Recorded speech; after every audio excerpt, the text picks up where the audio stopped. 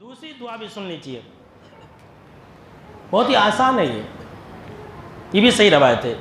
حضرت عبداللہ بن عمرو بن العاص رضی اللہ تعالیٰ عنہ کہتے ہیں کہ آپ صلی اللہ تعالیٰ علیہ وسلم نے فرمایا کہ جب حضرت نوح علیہ السلام کی وفات ہونے لگی تو اپنے بیٹوں کو بلایا اور کہا کہ اے میرے بچوں، میں کچھ نصیحت کر رہا ہوں، میں تمہیں 2 باتوں کا حکم دیتا ہوں وہ کرنا، اور 2 باتوں سے منع کرتا ہوں وہ کبھی نہ کرنا۔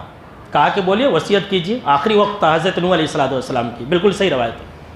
تو حضرت نوح علیہ السلام نے کہا کہ اے میرے بچوں دیکھو، ہمیشہ تم لا الہ الا اللہ کہنا، ہمیشہ لا الہ الا اللہ کہتے رہنا۔ کیوں؟ اس لیے کہ لا الہ الا اللہ یہ اتنا وزنی ہے، اتنا بھاری ہے کہ اگر 7 آسمان 7 زمین کو ترازو کے ایک پلڑے میں رکھ دیا جائے، ترازو کی ایک طرف رکھ دیا جائے اور لا الہ الا اللہ کو ایک طرف رکھ دیا جائے تو یہ لا الہ الا اللہ کا جو پلڑا ہے وہ جھک جائے گا۔ اس کے بعد دوسری وصیت انہوں نے کی کہ اے میرے بچوں، تم لوگ سبحان اللہ و بحمدہ زیادہ کہنا۔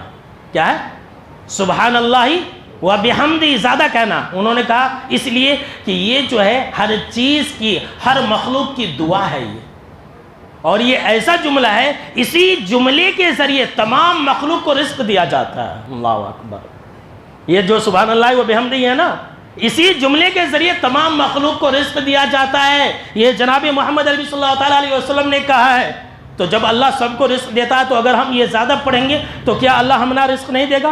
ضرور دے گا۔ تو سبحان اللہ و بحمدہ کہنے سے رزق میں اضافہ ہوتا ہے۔ اور جو دوسری باتیں تھی، انہوں نے کہا کہ میں منع کرتا ہوں کبھی نہ کرنا۔ انہوں نے کہا کہ دیکھو، کبھی شرک نہ کرنا اور کبھی تکبر نہ کرنا۔ اس تو اگر ہم اور آپ یہ چاہتے ہیں کہ ہمارے رزق میں اضافہ ہو تو حضرت موسیٰ علیہ السلام کی دعا پڑھیے۔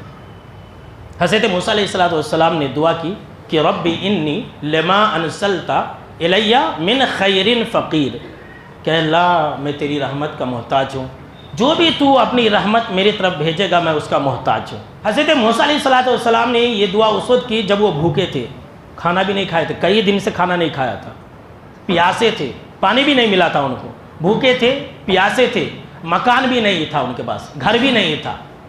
بے یارو مددگار آ گئے تھے مصر سے بھاگ کر کے، مکان بھی نہیں تھا۔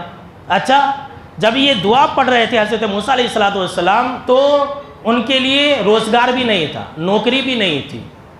اچھا، جب یہ حضرت موسیٰ علیہ السلام دعا کر رہے تھے تو ان کی شادی بھی نہیں ہوئی تھی۔ اور تو اور ہے، جب حضرت موسیٰ علیہ السلام یہ دعا پڑھ رہے تھے نا تو ڈر اور خوف کے اندر تھے، میرے ساتھ کیا ہوگا، میرے ساتھ کیا ہوگا، ادھر پیچھے فرعون ہے اور یہ اجنبی گاؤں ہے۔ ڈر اور خوف کے ساتھ یہ دعا پڑھے تھے۔ کتنی 7 چیزیں ہیں پوری۔ حضرت موسیٰ علیہ السلام نے یہ دعا کا اہتمام کیا اور یہ دعا پڑھا، اور ادھر اللہ رب العالمین نے ہر چیز کا انتظام کر دیا۔ کھانے کے لیے بھی انتظام کر دیا، پینے کے لیے بھی انتظام کر دیا، گھر بھی مل گیا، ان کو بیوی بھی مل گئی۔ یہ جو دعا ہے نا، نوکری بھی دلاتی ہے، روزگار بھی دلاتی ہے اور بیوی بھی دلاتی ہے۔